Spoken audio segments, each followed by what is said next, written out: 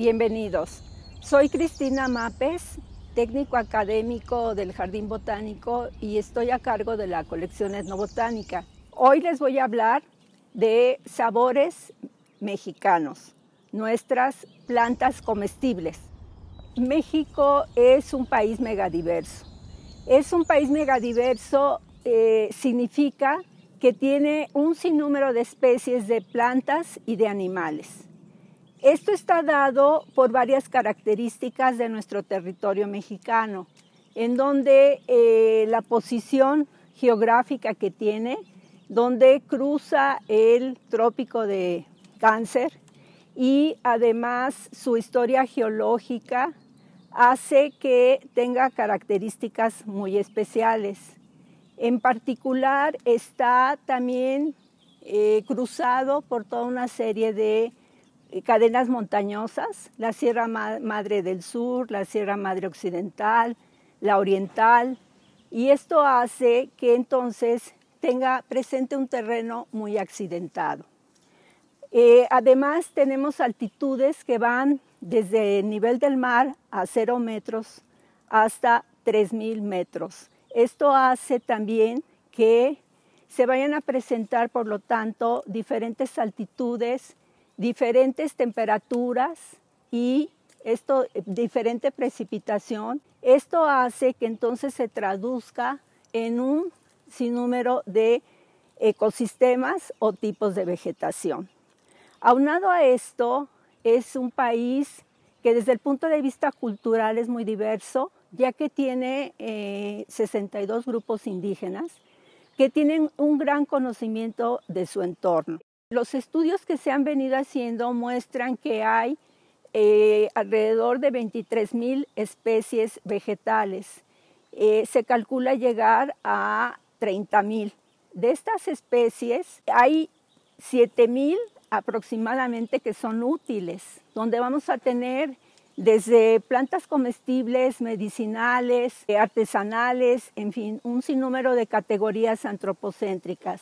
Se tiene un registro actualmente de 1,800 plantas comestibles, donde tenemos también diferentes categorías dentro de las plantas comestibles, que una forma de poderlas clasificar es por la forma de uso.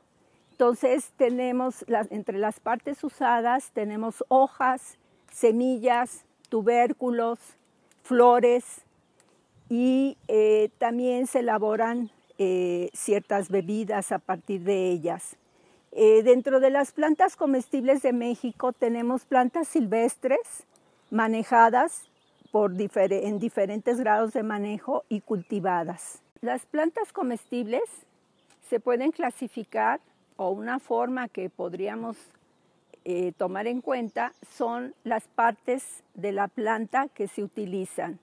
De esa manera entonces tenemos las hojas o tallos jóvenes, tenemos las flores, los tubérculos o raíces, los frutos, las semillas, y también existiría una categoría con respecto a bebidas, donde México es muy rico en cuanto a diferentes bebidas que se hacen según las regiones que se encuentran también en el país.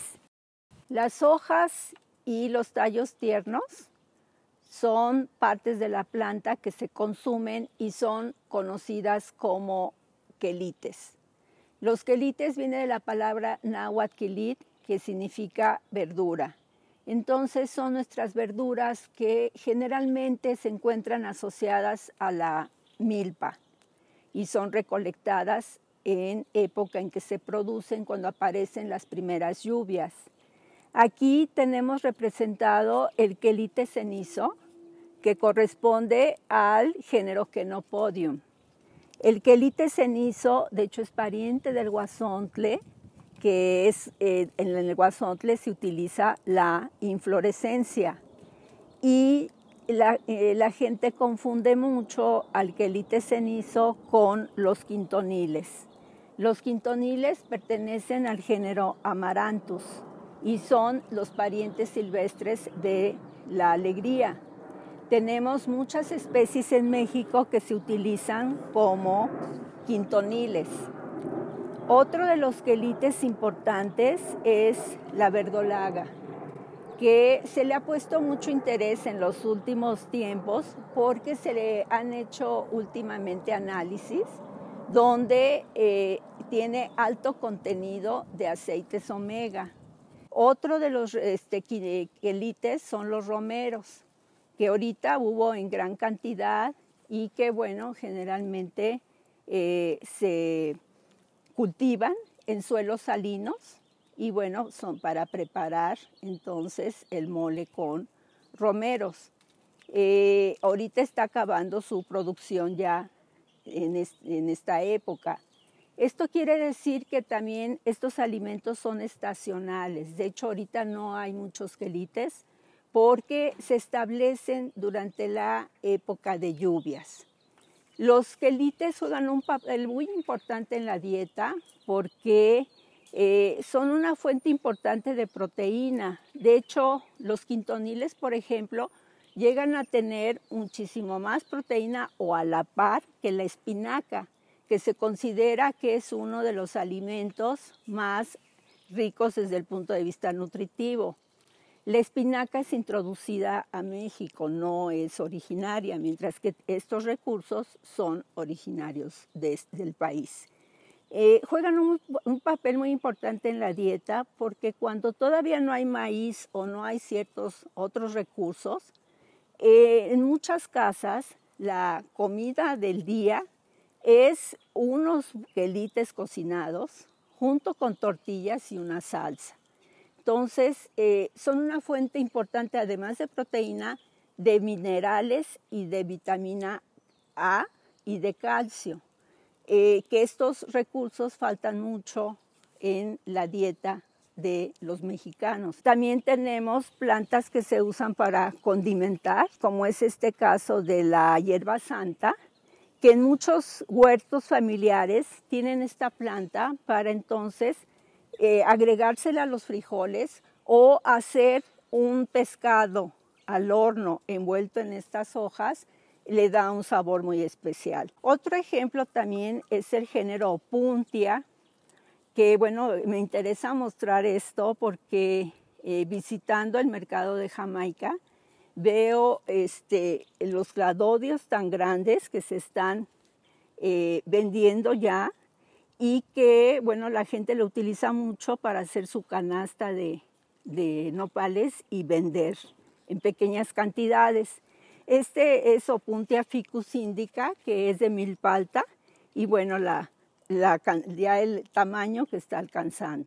México es un centro de origen de la agricultura, pero lo interesante es que se siguen llevando a cabo en la actualidad procesos de selección y domesticación, donde la gente, por ejemplo, ya está introduciendo a cultivo estos recursos, como son los quintoniles, la misma verdolaga y los romeros ya se cultivan en muchos lugares, ya no nomás se recolecta. De las partes de las plantas que se usan desde el punto de vista comestible son las semillas. Tenemos 64 razas de maíz en México diferentes y que además estas razas han sido seleccionadas también para la elaboración de ciertos platillos.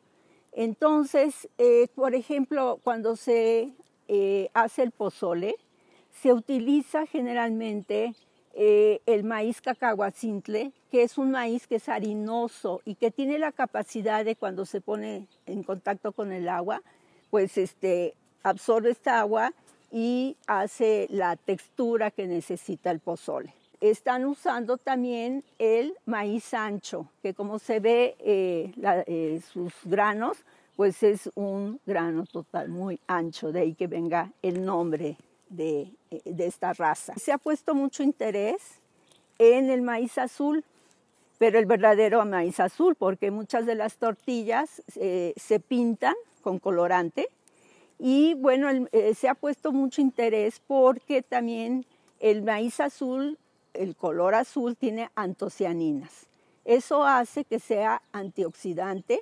El maíz palomero pues tiene la capacidad también de reventar porque al contacto con el calor se forma vapor y tiene un grano muy duro que entonces hace que guarde el vapor y de esa manera se expanda. Está aquí también representado este producto que es muy característico de los tarahumaras en Chihuahua, donde tienen una raza llamada cristalino, que se puede observar que es realmente cristalino el grano, y bueno, se pone a secar y se envasa de esta manera, y son los famosos chacales, y que se pueden entonces usar cuando hay escasez de maíz en estas regiones. Otra de las semillas importantes pues es el género Phaseolus, que aquí está representado, que son los frijoles, que pertenecen a la familia Fabaceae y que por lo tanto tienen un alto contenido de proteína, todas las fabáceas. Y en México tenemos varias especies y tenemos una variedad y una riqueza enorme de frijoles. Desgraciadamente en los últimos años se está perdiendo la práctica de consumirlo. Ya no hay una olla de frijoles como siempre había en la casa. Era un aporte importantísimo de proteínas, ¿sí? Tenemos varias especies, una de ellas es Phaseolus vulgaris, que es el frijol común, y lo que me interesa aquí representar es Phaseolus vulgaris es una especie que ha logrado tener una diversidad amplísima en cuanto a colores, tamaños, formas. Y entonces, bueno, también estas variedades van a depender mucho de las regiones en México, donde, por ejemplo, el frijol negro es más gustado en la parte del sur de México que aquí en el centro, ¿sí? Aparte de Phaseolus vulgaris, tenemos la especie Phaseolus coccineus, que es el frijol ayocote, que viene de la palabra náhuatl ayocot, que significa precisamente frijol ancho. Y también vamos a ver la variedad que se encuentra en cuanto a formas, colores. Y bueno, también decir que este frijol generalmente se consume con carne de puerco. De hecho, así solito como que no tiene el sabor de vulgaris. Y hay casos como los purépecha del lago de Pátzcuaro que combinan este frijol con piloncillo y lo comen de forma dulce. Hay especies silvestres en México de frijol, donde entonces vean el tamaño y los colores. Generalmente estas especies silvestres tienen dehiscencia, o sea que cae la semilla al suelo y eso hace que entonces vuelva a germinar y que se confunda con el suelo de tal manera que entonces no es atacada por sus depredadores. Otra de las especies importantes es el género Cucurbita, que entonces también tenemos diferentes especies en México. Por ejemplo, aquí está la especie que se utiliza en particular para hacer el pipián, porque esta Argyrosperma tiene muy buenas características en cuanto a contenido de aceite, entonces permite que se haga el pipián. La calabaza es una fuente de proteínas también importantísima, ¿sí? Y de aceites. Y además tenemos diferentes tipos también, diferentes especies de calabaza. Tenemos diferentes formas de consumo, desde cómo se hace en dulce hasta todas las pepitas que se consumen, donde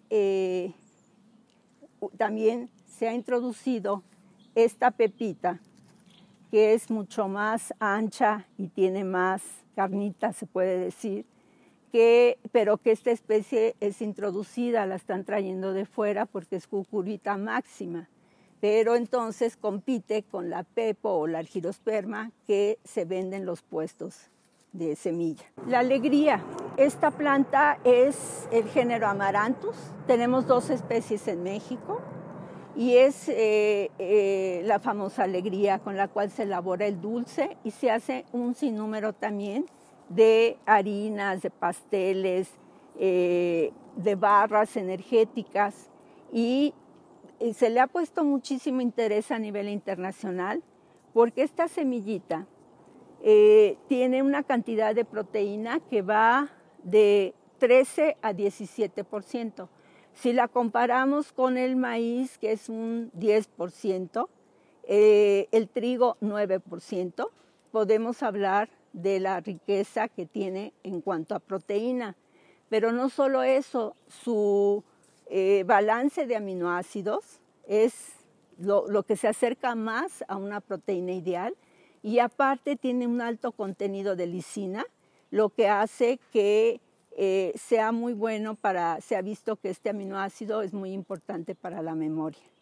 La semilla de alegría tiene la capacidad de reventar, y a la hora de reventar, entonces es cuando se elabora el dulce, por ejemplo, el dulce de alegría, y hace que pueda ser mejor absorbido todos los nutrientes por nuestro organismo. Dentro de las flores también le dan mucha variedad a la dieta, de tal manera que pues tengamos ilusión de comer cada día diferentes productos y no cansarnos con uno mismo, ¿no? Y también está el mastuerzo, que no es originario de México, pero ahorita en muchos lugares, en Jamaica, es ampliamente vendido y se busca mucho porque le da mucho colorido a las ensaladas.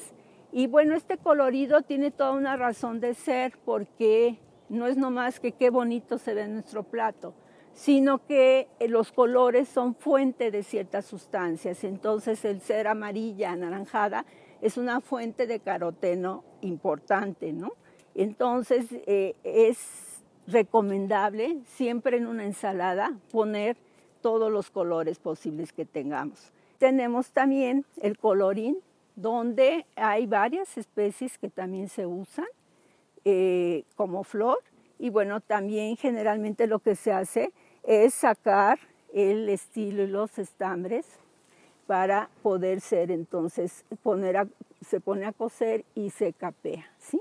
Porque generalmente estas partes contienen saponinas, sustancias secundarias, como las saponinas son como el jabón, y le pueden dar un sabor amargo. De ahí que sea importante siempre preguntar y saber cómo se preparan los recursos alimenticios, porque muchas de estas plantas, en especial por ejemplo los quelites, tienen sustancias secundarias que todavía a través del proceso de selección y domesticación están siendo seleccionadas. Esto hace que entonces los quelites siempre los tengamos que comer tiernitos, porque se ha visto que es cuando contienen la menor cantidad de oxalatos y nitratos. Y me interesa destacar también lo que es la tuna agria, que es Opuntia joconostle, donde, como su nombre lo dice, pues es agria, pero entonces se elabora en ciertas salsas en especial, como pico de gallo, o también yo hago un agua con el fruto, que también el agua queda muy buena, y lo que se hace es pues nomás ponerla a asar en el comal para poder quitarle la cáscara y quitar las semillas que se encuentran en el centro. También se puede hacer un pollo con el joconostle al horno, y bueno, le da un sabor al pollo así a grito excelente. Tenemos también el caso de la ciruela, Spondias purpurea, donde, bueno, en el sureste, esta ciruela y en Morelos juegan un papel importantísimo para hacer conservas. Incluso en Morelos, Spondias mombi, que es la otra especie, la ponen a secar y la utilizan ya cuando no hay producción del fruto fresco, y hacen atoles con este producto. Dependiendo de la región de México, pues vamos a tener preferencias, gustos, formas de preparación muy distintos. De ahí que entonces cuando se habla de una canasta básica, pues es absurdo para un país como de México, donde hay tantas preferencias, tantos gustos, tantos productos. Esta es una pequeña muestra de los platillos que se pueden preparar y degustar a partir de los recursos alimentarios de los cuales hablamos anteriormente, donde en primer lugar tenemos entonces a los quintoniles, donde la forma más fácil de prepararlos es simplemente cocidos fritos con cebollita, sal y las hojas, para lo cual se tienen también que limpiar y escoger las partes más tiernas. Entonces, esta es una forma de preparación de quelites, en este caso quintoniles, ¿sí? Que están aquí mostrados, ¿sí? Y bueno, pues con una tortillita, un buen taco. Otra forma de preparar el quelite cenizo, que es el género Chenopodium, pues es hacer tortitas también de las hojas junto con queso y capeadas con huevo. Y la alegría, donde también podemos tener un guisado donde se mezcla ya la alegría reventada y le podemos poner atún o le podemos poner queso y entonces un poco también de huevo para poder hacerlas, aglutinar y hacer las tortitas también. Y bueno, pues estas también puede ser el plato principal en una comida. También se puede hacer una barra energética que está hecha también con diferentes semillas, incluyendo el amaranto reventado. Y lo que más me interesa mostrar también son los guasontles. Los guasontles, como decía, también es el género Chenopodium, pero es una planta originaria de México donde el consumo es la inflorescencia. Y cuando hablo de inflorescencia es que son muchas flores juntas en la parte central. Y bueno, la gente confunde mucho si la alegría es el guasontle. En realidad son dos familias botánicas que están sumamente relacionadas entre sí y que entonces con el guasontle hacemos la flor también capeada, cocida previamente. Mucha gente, sobre todo los jóvenes, no saben lo que son los guasontles ni han consumido guasontles. En la clase de etnobotánica, preguntándole a mis alumnos, nadie ha comido guasontle. Entonces es una práctica que se está perdiendo por completo y es una lástima porque es una planta totalmente originaria de México que está emparentada con la quinoa de Sudamérica, pero que aquí el proceso de selección y domesticación fue hacia la selección de la inflorescencia, mientras que en los Andes fue hacia la selección de semilla y el pariente cercano es el quelite cenizo. Y son recursos que tienen muchas proteínas, vitaminas, minerales y que pueden ser una comida de consumo, si no diario, por lo menos una vez a la semana. Esto da una idea de la enorme diversidad de recursos alimentarios que tenemos en México y que muchos de ellos están siendo olvidados, no saben cómo se preparan y se está perdiendo toda esta riqueza culinaria tan importante de México. Podríamos hablar mucho más, pero es solo un ejemplo y bueno, los invitamos a que sigan con la programación del Jardín Botánico.